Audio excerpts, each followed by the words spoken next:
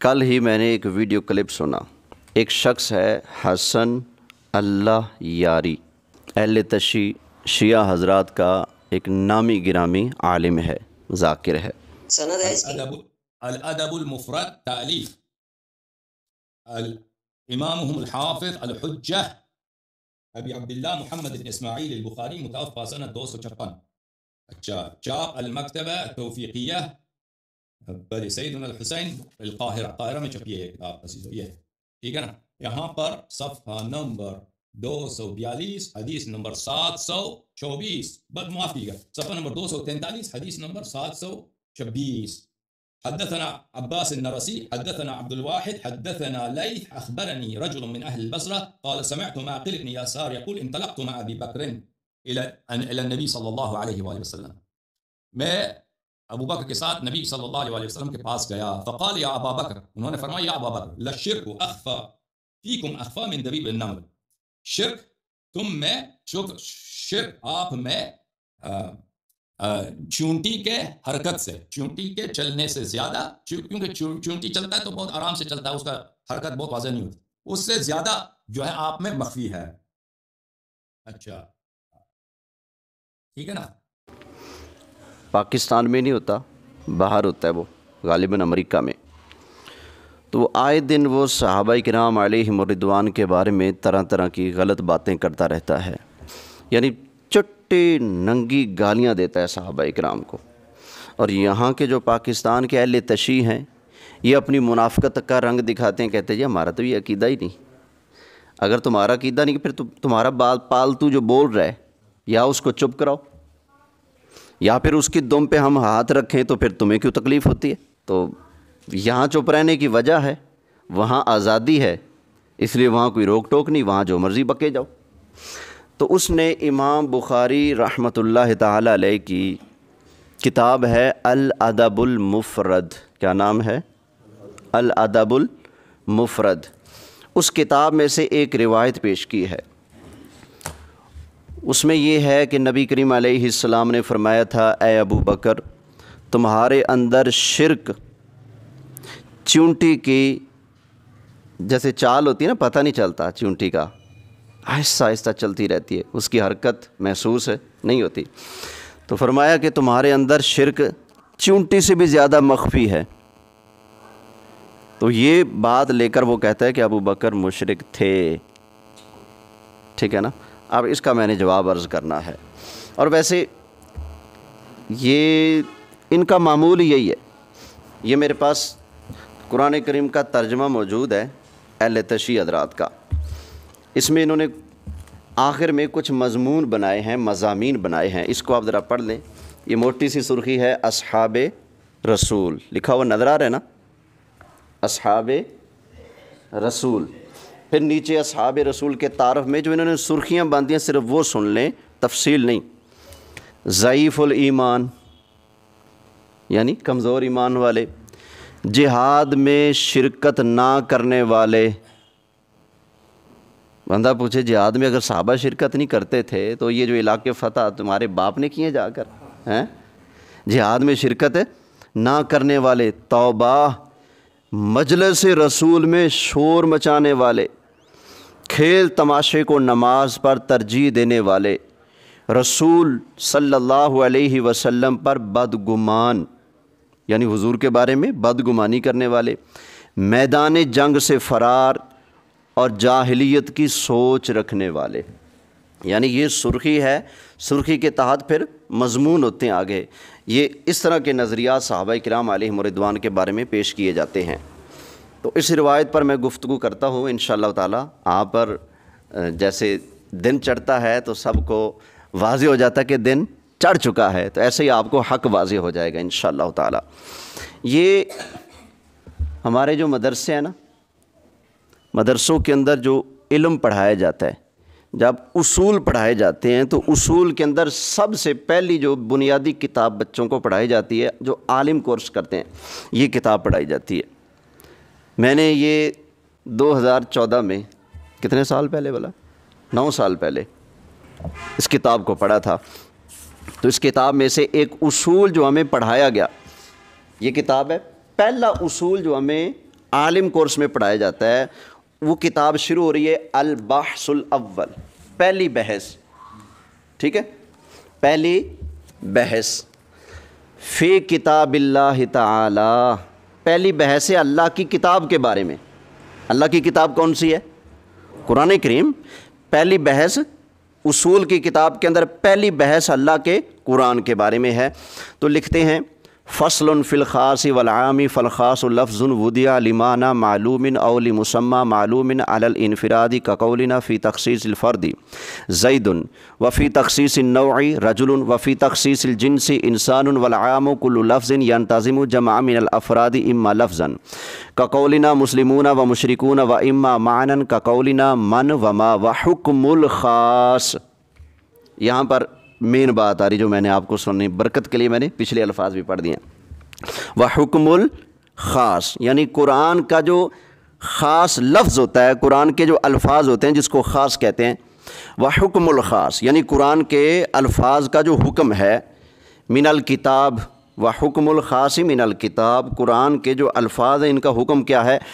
وجوب العمل بہ لا محالۃ، ہر حال میں قرآن کے لفظوں پر عمل کرنا واجب ہے۔ یہ ہمارے ہاں پہلا اصول پڑھایا جاتا ہے، قرآن پر ہر حال میں عمل کرنا واجب ہے، یعنی کسی طریقے پر کوئی نظریہ، کوئی عقیدہ، کوئی بات آپ قرآن کے خلاف تسلیم نہیں کر سکتے۔ ہر حال میں قرآن کو ترجیح دی جائے گی، ہر حال میں قرآن پر عمل کیا جائے گا، ہر حال میں قرآن کو آگے رکھا جائے گا۔ کسی اور بات کو قرآن سے آگے رکھ سکتے بولیے نہیں۔ یہ پہلا اصول پڑھایا جاتا ہے اور اس کا پہلا ہی صفحہ کتاب کا۔ آگے کہتے ہیں فَإِنْ قَابَ لَهُ خَبْرُ الْوَاحِدِ أَوِ الْقِيَاسُ، اگر قرآن کے مقابلے میں خبر واحد یعنی کوئی حدیث آ جائے یا قیاس آ جائے، یعنی عقل کچھ اور کہے، قرآن کچھ اور کہے، یا حدیث اور کہے بات اور قرآن کچھ اور کہے، قرآن کے مقابلے میں عقل کی بات آ جائے یا قرآن کے مقابلہ پر کوئی روایت آ جائے، تو فَإِنْ أَمْكَنَ الْجَمْعُ، دونوں کو اگر آپس میں ملانا ممکن ہو، دونوں کو اگر آپس میں ملانا ممکن ہو، کس طریقے پر؟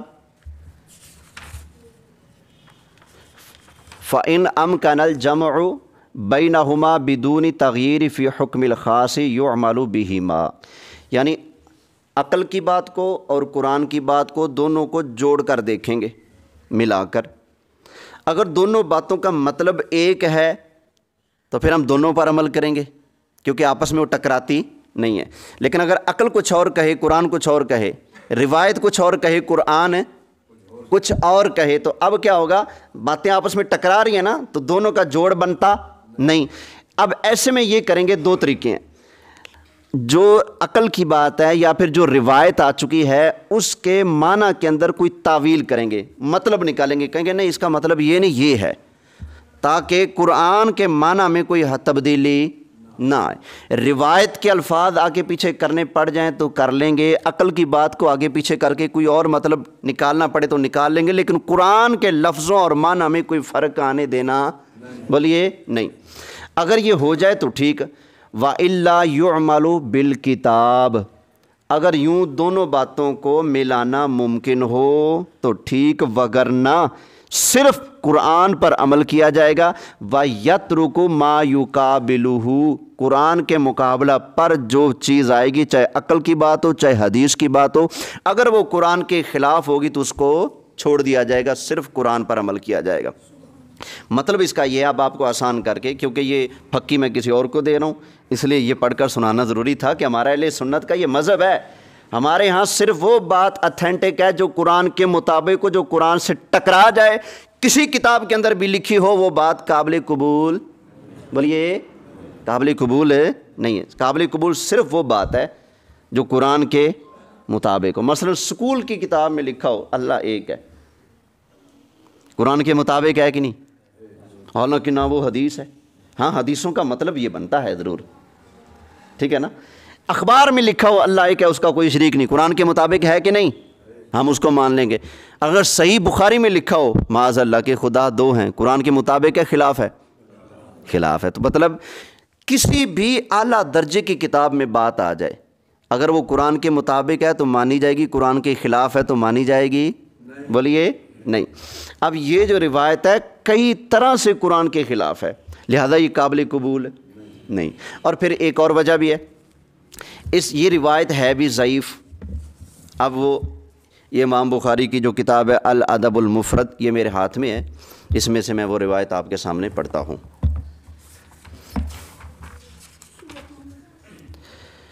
حدثنا عباس النرسی، عباس نرسی یہ روایت کرتے ہیں، کہتے ہیں قال حدثنا عبد الواحد، کہتے ہیں کہ ہمیں حدیث بیان کی ہے عبد الواحد نے۔ وہ کہتے ہیں قال حدثنا لیث، وہ کہتے ہیں کہ ہمیں حدیث بیان کی ہے لیث نے۔ اس حدیث کی روایت کے اندر پہلی کمزوری کی اس کے راویوں میں سے ایک راوی ہے جس کا نام ہے لیث، یہ ضعیف ہے، سمجھ آئی؟ ہر بندہ جو حدیث کی سند میں آتا ہے نا، اس نے اس سے سنا، اس نے اس سے سنا، اس نے اس سے سنا، حدیثوں کے جو راوی ہوتے ہیں ہر راوی پر کتابوں کے اندر کلام موجود ہے، یہ راوی کون تھا، کیا تھا، کب مرا، کب پیدا ہوا، مذہب کیا تھا، تعلیم کیا تھی، سوچ کیا تھی، اس کا کردار کیا تھا۔ تو یہ جو لیث ہے نا، یہ کمزور بندہ ہے، یہ ضعیف راوی ہے۔ جو بندہ خود کمزور ہوگا اس کی بات پکی ہو سکتی ہے؟ اس کی بات بھی تو کچی ہے نا، جو خود کچا ہے اس کی بات بھی، پہلی یہ کمزوری اس کے اندر۔ دوسرا آگے قال حدثنا لیث، وہ کہتے ہیں یہ بات ہمیں سنائی لیث نے۔ وہ کہتے ہیں قال اخبرنی رجل من اہل البصرہ، لیث کہتے ہیں، اب یہ دیکھنا لیث کی ڈنڈی، لیث نے کہاں ڈنڈی ماری، کیسے لوگوں کو الو بنایا ہے۔ لیث کہتا ہے کہ مجھے بتایا، کس نے؟ رجل من اہل البصرہ، بصرہ کے ایک آدمی نے بتایا۔ میں جو یہاں پنجو پل پہ کسی ایک عزت دار بندے پر کوئی داغ چھڑک دوں، یہ بندہ چور ہے، اب آپ مجھے پکڑیں گے کہ نہیں پکڑیں گے؟ بھائی تو نے چور کہا ہے تو تو نے دیکھا ہے؟ میں کہوں نہیں جی۔ پھر مجھے کسی نے بتایا ہے، آپ کہیں گے بندہ پیش کر۔ تجھے بتایا تو بتایا کس نے؟ اب یہ بندہ نہیں پیش کر رہا، کیوں؟ ہوا میں جب ایسے تیر چلانا تو ایسے ہی ہوتا ہے نا۔ کہتا ہے رجل من اہل البصرہ، مجھے بصرہ کے ایک بندے نے بتایا۔ اس کو کہتے ہیں مجہول راوی۔ کیا کہتے ہیں؟ اس راوی کا نام پتہ ہے کون ہے؟ نہیں۔ اس کا مذہب معلوم ہے؟ جس کا نام ہی نہیں پتہ، اس کے باپ کا نام پتہ ہوگا، ماں کا نام پتہ ہوگا، اس کا مذہب پتہ ہوگا، اس کی تعلیمی قابلیت پتہ ہوگی، مجہول ہے نا۔ اس بندہ کون ہے پتہ نہیں کون ہے، بس بصرہ کا ایک بندہ تھا، اس بندے نے یہ ہمیں بات سنائی۔ کیا؟ وہ بندہ بصرہ کا، بصرہ میں بیٹھا ٹول مار رہا ہے، کہتا ہے سمعت معقل بن یسار، وہ کہتا ہے کہ میں نے معقل بن یسار سے سنا۔ کس نے سنا؟ پتہ نہیں کس نے سنا، کیونکہ بیچ والا بندہ معلوم ہے نہیں۔ یہ دیکھیں نا، عباس کہتے ہیں میں نے عبد الواحد سے سنا، وہ کہتے ہیں میں نے لیث سے سنا، لیث کہتے ہیں میں نے بصرہ کے ایک بندے سے سنا، اور وہ بصرہ کا بندہ پتہ نہیں کون، نام بھی نہیں پتہ، اس کا مذہب کوئی چیز پتہ، اس کی تعلیم بھی قابلیت بھی پتہ نہیں۔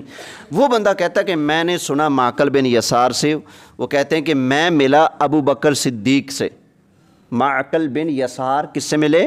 ابو بکر صدیق سے رضی اللہ تعالی عنہ۔ انطلقت مع ابی بکر الصدیق رضی اللہ تعالی عنہ الی النبی صلی اللہ علیہ وآلہ وسلم، تو کہتے ہیں کہ میں ابو بکر صدیق رضی اللہ تعالی عنہ سے ملا، حضور کی بارگاہ میں گیا، تو حضور نے فرمایا فقال یا ابا بکر، اے ابو بکر، للشرک فیکم اخفی من دبیب النمل، تو معاذ اللہ یہ جھوٹی بات جو کہ میرے آقا کا فرمان نہیں، ٹھیک ہے نا۔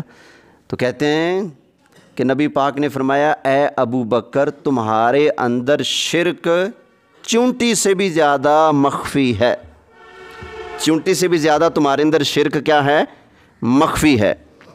اچھا، فقال ابو بکر وحال الشرک الا من جعل مع اللہ الہا آخر، فقال النبی صلی اللہ علیہ وسلم والذی نفسی بیدہ للشرک اخفی من دبیب النمل، الا ادلک علی شیء اذا قلتہ ذہب عنک قلیلہ وکثیرہ، ایک کام بتاتا ہوں وہ کام کر، شرک ختم ہو جائے گا، تھوڑا ہو پھر بھی ختم ہو جائے گا، زیادہ ہو پھر بھی کیا ہو جائے گا؟ ختم ہو جائے گا۔ ابھی صرف روایت سنا رہا ہوں، آگے اس پر بحث آئے گی۔ تھوڑا ہو پھر بھی ختم ہو جائے گا، زیادہ ہو پھر بھی وہ شرک ختم ہو جائے گا۔ اب حضور نے کیا چیز سکھائی؟ فرمایا کل، تو کہہ اللہم انی اعوذ بک ان اشرک بک وانا اعلم واستغفرک لما لا اعلم۔ یہ حضور نے سکھایا، اللہم انی اعوذ بک، اے اللہ میں تیری پناہ مانگتا ہوں، ان اشرک بک، کسی کو تیرا شریک بناؤں، میں اس سے تیری پناہ مانگتا ہوں، وانا اعلم، اور ایسا شرک جس کو میں جانتا ہوں اس سے میں تیری پناہ مانگتا ہوں، وَأَسْتَغْفِرُكَ لِمَا لَا أَعْلَمُ، اور تیری بارگاہ سے اس شرک کی معافی مانگتا ہوں جس کو میں خود بھی نہیں جانتا۔ تو کہتے ہیں کہ یہ حدیث ہے جس کے اندر یہ آیا ہے کہ نبی پاک نے فرمایا تھا اے ابو بکر تم کیا ہو؟ مشرک ہو۔ اب انشاءاللہ میں نے کچھ سوال بھی کرنے ہیں ان شیعوں سے، وہ مجھے جواب دیں اگر جرت ہے، ٹھیک ہے نا۔ نمبر 1، اس حدیث کو صحیح ثابت کرو۔ یہ تو ضعیف ہے، کیا ہے جی؟ ضعیف ہے، جھوٹی بات ہے، ضعیف ہے۔ پھر لیس جو اس کا راوی ہے اس بندے کا ثقہ ہونا ثابت کرو، یہ دوسرا سوال ہے۔ تیسرا، یہ جو درمیان میں انقطاع آ گیا ہے، جو لڑی ٹوٹ گئی ہے سند کی، لڑی کیا ہوتی ہے؟ میں نے اس سے سنا، اس نے اس سے سنا، اس نے اس سے سنا، اس نے اس سے سنا، بیچ میں ایک بندہ گر جائے تو لڑی ٹوٹ گئی نا۔ تو بیچ میں جو لڑی ٹوٹی ہوئی اس لڑی کو جوڑو، بندہ ڈھونڈو، وہ کون ہے؟ یہ تو مجہول ہے نا، سند میں انقطاع ہے۔ سند میں انقطاع آ جائے تو حدیث ضعیف ہو جاتی ہے۔ ویسے بھی ایک پہلے بھی اس کے اندر راوی موجود ہے جو کہ ضعیف ہے۔ پہلے نمبر پہ اس صحت کے راوی، حدیث کے راویوں پر کلام کر کے ان کے راویوں کو ثقہ ہونا ثابت کرو، دوسرا اس حدیث کو صحیح ہونا ثابت کرو۔ نمبر 3، اس حدیث کے اندر موجود ہے کہ جس کو تم پیش کر رہے ہو کہ نبی پاک نے فرمایا میں تمہیں دوائی بتاتا ہوں، شرک تھوڑا ہوگا یا زیادہ ہوگا کیا ہو جائے گا؟ ختم ہو جائے گا۔ ڈاکٹر دوائی دے تو مریض ٹھیک ہو جاتا ہے۔ اگر بقول تمہارے 1 منٹ کے لیے مان لیا کہ ان کے اندر شرک تھا تو کیا نبی پاک نے دوائی بھی دی کہ نہیں دی؟ بولیں۔ فرمایا تو یہ پڑھ اللہم انی اعوذ بک ان اشرک بک وانا اعلم واستغفرک لما لا اعلم۔ فرمایا یہ پڑھ، شرک تھوڑا ہوگا یا زیادہ ہوگا، ہر طرح کے شرک کا خاتمہ ہو جائے گا، یہ پڑھ۔ تو حضور نے یہ بھی تعلیم کیا کہ نہیں کیا؟ کیا۔ تو اب بتاؤ ڈاکٹر علاج کرے تو بیماری دور ہو جائے تو حضور نے جو نسخہ دیا اس نے کام نہیں کیا ہوگا؟ بالفرض 1 منٹ کے لیے تمہاری بات مان لی کہ مشرک تھے، معاذ اللہ استغفر اللہ، مشرک تھے، تو حضور نے جو دعا دی ہے، حضور نے جو علاج مہیا کیا ہے، تو اس نے کیا اثر نہیں کیا؟ توجہ ہے؟ ایک اس کا جواب چاہیے۔ دوسرا، یہ روایت قرآن کے خلاف ہے۔